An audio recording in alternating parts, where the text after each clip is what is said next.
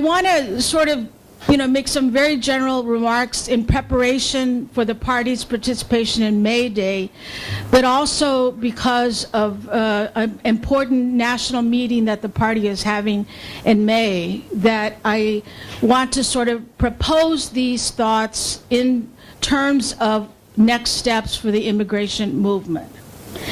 I want to say that I think that I know that none of you are dubious that there's white supremacists in the White House. I know everyone in this room understands that. But I think that our task is to alarm the rest of the population about this. Because this is an issue that doesn't, of course, just affect people of color. It's sort of understood that people of color hate white supremacists for the most part. But this is policies that are affecting the entire working class. And they want to roll back everything. They don't care about the destruction of the planet. They don't care about healthcare and all the rest. They're on a mission to roll back every gain we've ever made and worse.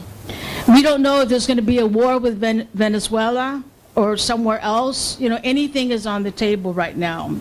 But I'm, of course, going to concentrate on migrants and refugees because of the historical relationship between the migrant community and May Day. For those who don't know, it was immigrants, especially the undocumented, who revived May Day in this country after generations of dormancy. The sweeping anti-immigrant assault that began in 2005 led to workers marching in the millions in the spring of 2006. And not just one time, but 3 or 4 times, millions of people came out in the spring of 2006. And it was phenomenal. And we've got to note that forever, the working class movement in the United States must pay tribute to immigrants, not just in this period, but forever, because it was migrant workers and others that actually brought May Day to the world working class struggle. They started it as a result of their struggles in the 18th century, and they revived it in 2006. And this is something that around the world, everyone celebrates May Day except in the United States until 2006. So we must always pay tribute to the migrant worker for this contribution to the class struggle. But what's it like for the immigrant community today? That's a totally different story than 2006.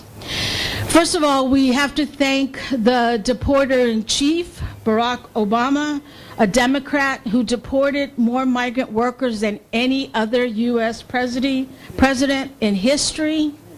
Over 2 million workers were deported under his administration.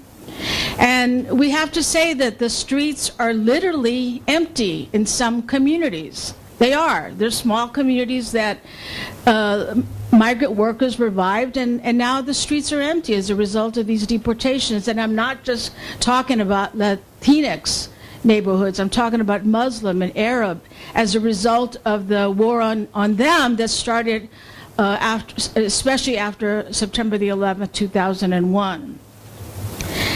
So fast forward to a couple of years ago, and we know that Trump, I hate to say his name, but I'm going to be political and say his name and not pendejo, like I usually like to call him.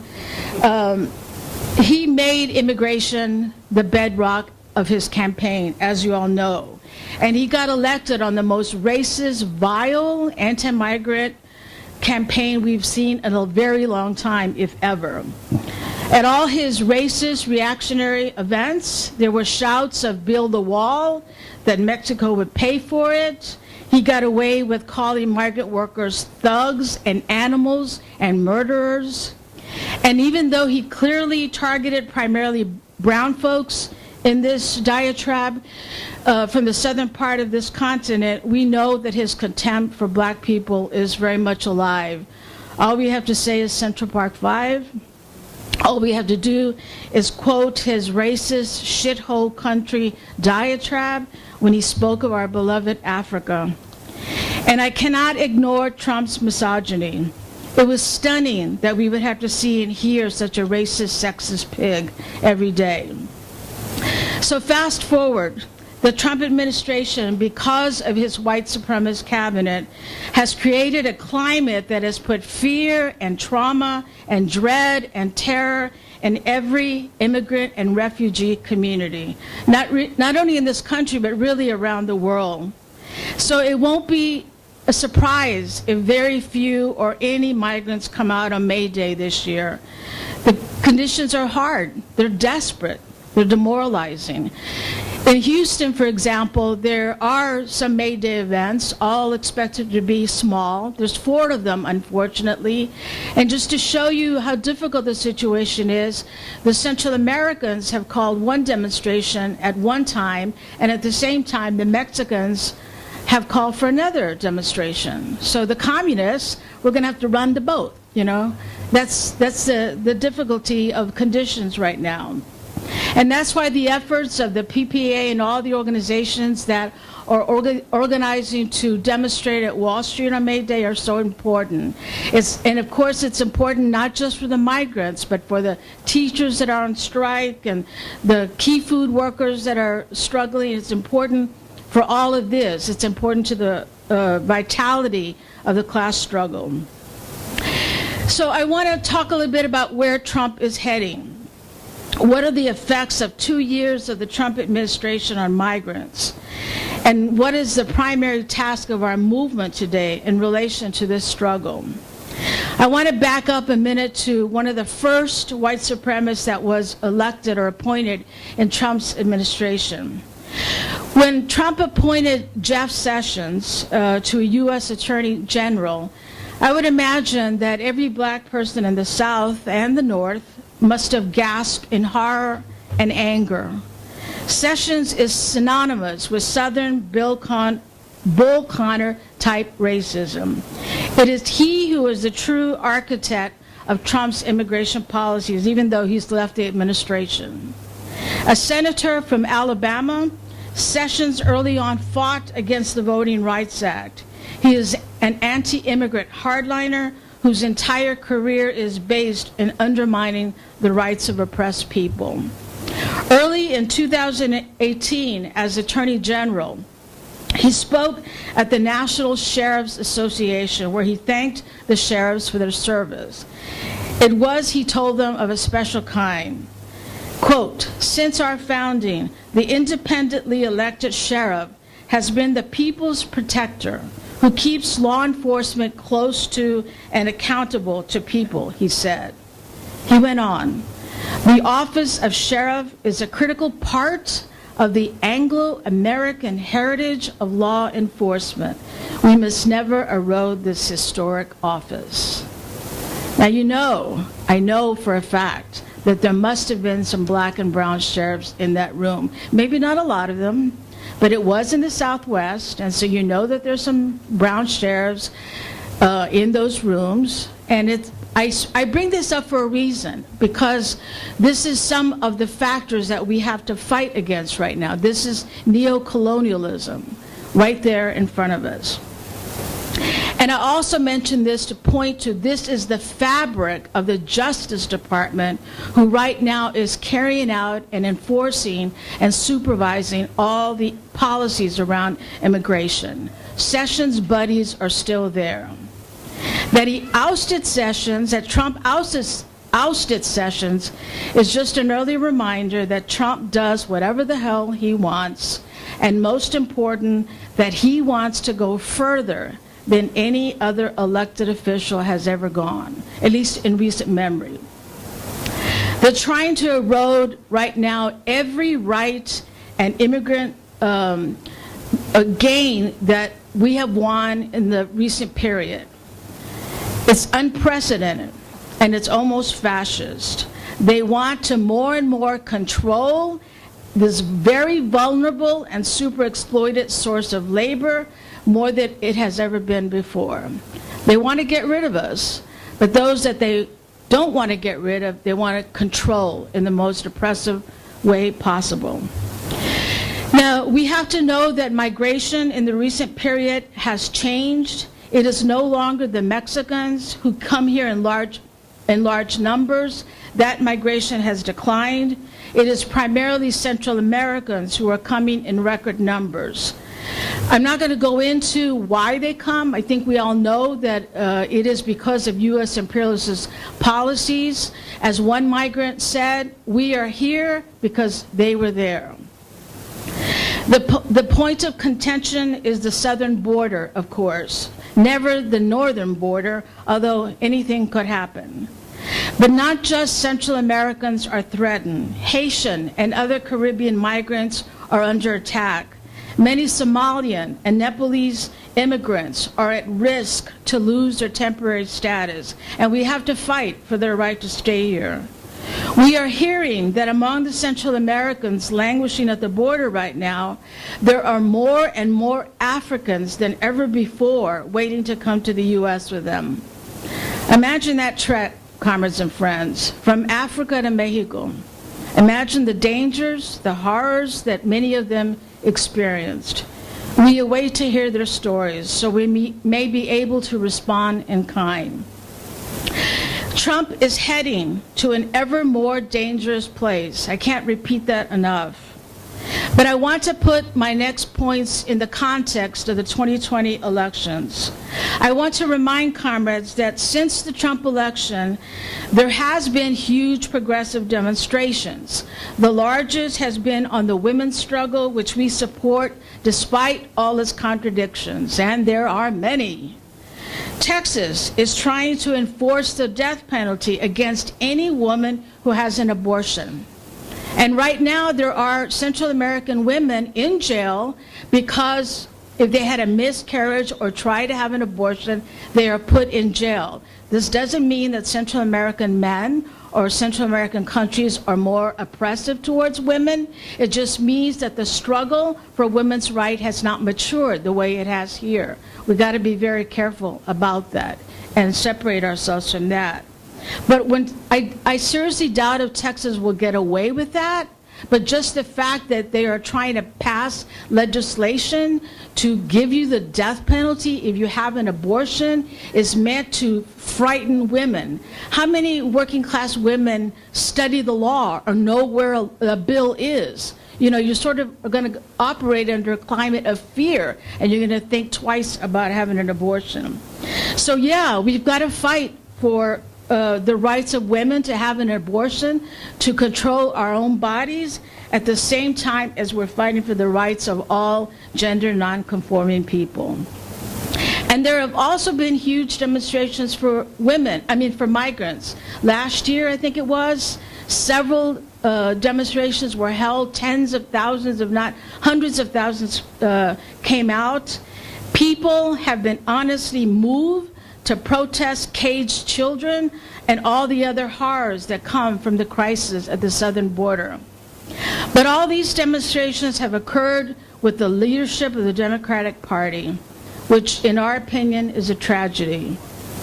As I have said and will say again and again, were it not for the fact that anti-black racism is so entrenched and so deeply rooted in the foundation of this country, there would also have been huge demonstrations against mass incarceration of the like of we saw for immigrants, of white, black, and brown people, because this too is a humanitarian and war crime. U.S. prisons too, not just immigration detention centers, have innocent children caged like animals. If all these large demonstrations have been at the hands of the Democrats, what does that mean? That the message to get Trump out will dominate and will suck all the air in the coming period.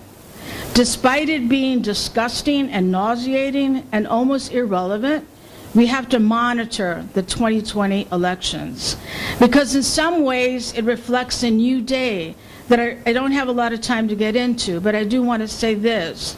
We know elections don't matter much. They're mainly a barometer of where some people are at actually all people, because if black and brown people don't vote in record numbers, that's a good sign. It's a good thing to know these kinds of things, who's voting. But that's about all it's good for. But let's keep in mind that when 2008, when Obama was elected, it was for many in the black community a historic day. The first ever black president. I mean, my own personal, I was in Harlem that night. It felt good to celebrate with the community.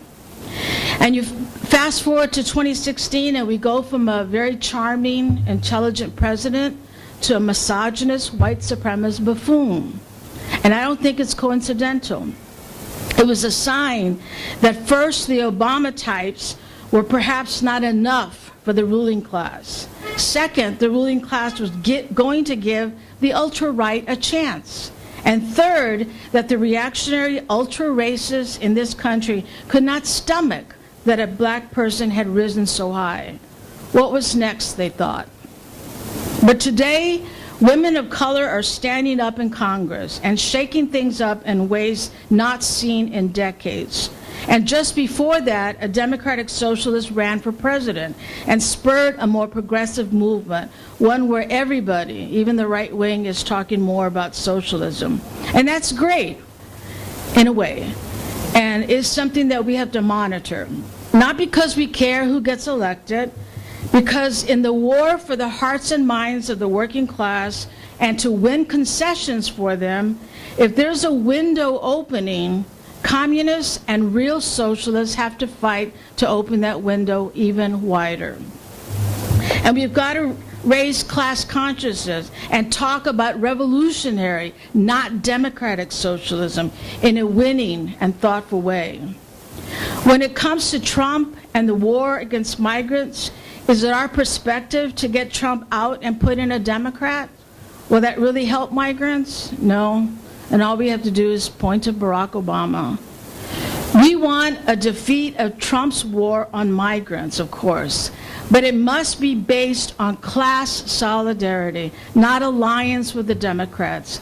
It must be based on unity of the workers and oppressed, and clarity that it is we who have the power, not the Democrats. As the presidential election approaches, Trump is becoming ever more agitated about his bedrock issue. He's frustrated that his goals are not being implemented, and he's worried that he might not get elected if he, didn't find the money if he didn't get Mexico to pay the wall and all this other bullshit that he's been threatening him. So he's been carrying out a major shakeup in his administration, and the reason is so that he could go tougher. And a great example is what he did with Homeland Security Kirstjen Nielsen. He fired her on April 7th. Now, did he fire her because she wasn't doing a good enough job in carrying out his draconian plans against migrants? No. She caged them, they died under her watch, etc. He fired her because she did not go far enough, because she was afraid to break the law for him. She did not want to risk going to jail by breaking the law. Show of hands, how many people would risk going to jail to break the law? Right. The whole point of firing Nielsen and others before her, even Rex Tillerson from Exxon, must set off alarm bells to the progressive and working class movements. Trump could easily unleash even more criminal, racist, and atrocious acts against migrants and refugees. That is his plan, to undermine the right of asylum that they have won already, and so on. They want to rip every human and civil right from migrants and refugees. And more repressive measures appear to be underway. And we know that they aim to recolonize all oppressed people. And white folks, you ain't gonna get it easy either. So comrades, where do we go? What do we do in light of this war against migrants and how it is being accelerated under a white supremacist administration? If you follow the news on immigration, you will often see in the more progressive readings a comparison of the stolen and lost migrant children under detention right now to the historical atrocity of Native children torn from their parents' arms, to the African parents, especially mothers, who had their children ripped from their arms under genocidal slavery. One article that I read about this, I want to quote from. 9 months after a federal judge ordered the Trump administration to reunite thousands of immigrant children taken from their parents at the border, the whereabouts of thousands of children remain unsolved. Some 15,000 migrant children are in government detention. That figure is growing by the day, with unauthorized entries nearly double what they were a year ago. The most recent Border Patrol data shows that 76,000 migrants were apprehended at the border, 2/3 more than during the prior month. More than 40,000 families were traveling together. Children and newborns continue to be taken from their parents, even as the administration claims to have rescinded the order to forcibly separate migrant families. End of quote. I am deeply moved by this fact. I can't sleep at night because of this. I'm not a mother, but I feel that these are my children. You all heard recently of armed right-wing militias in New Mexico that just a few days ago captured a group of migrants trying to come into the U.S., called ICE, and waited with them at gunpoint until the migra came. And when ICE came, they're standing there, talking bro crap, with each other like good old friends. And there it is for the world to see, the collusion between the capitalist state and armed fascists.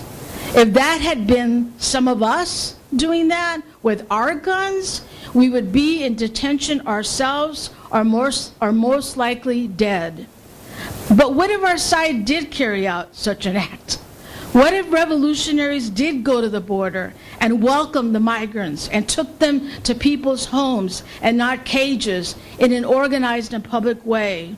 What if we had a major campaign called Return the Migrant Children Now?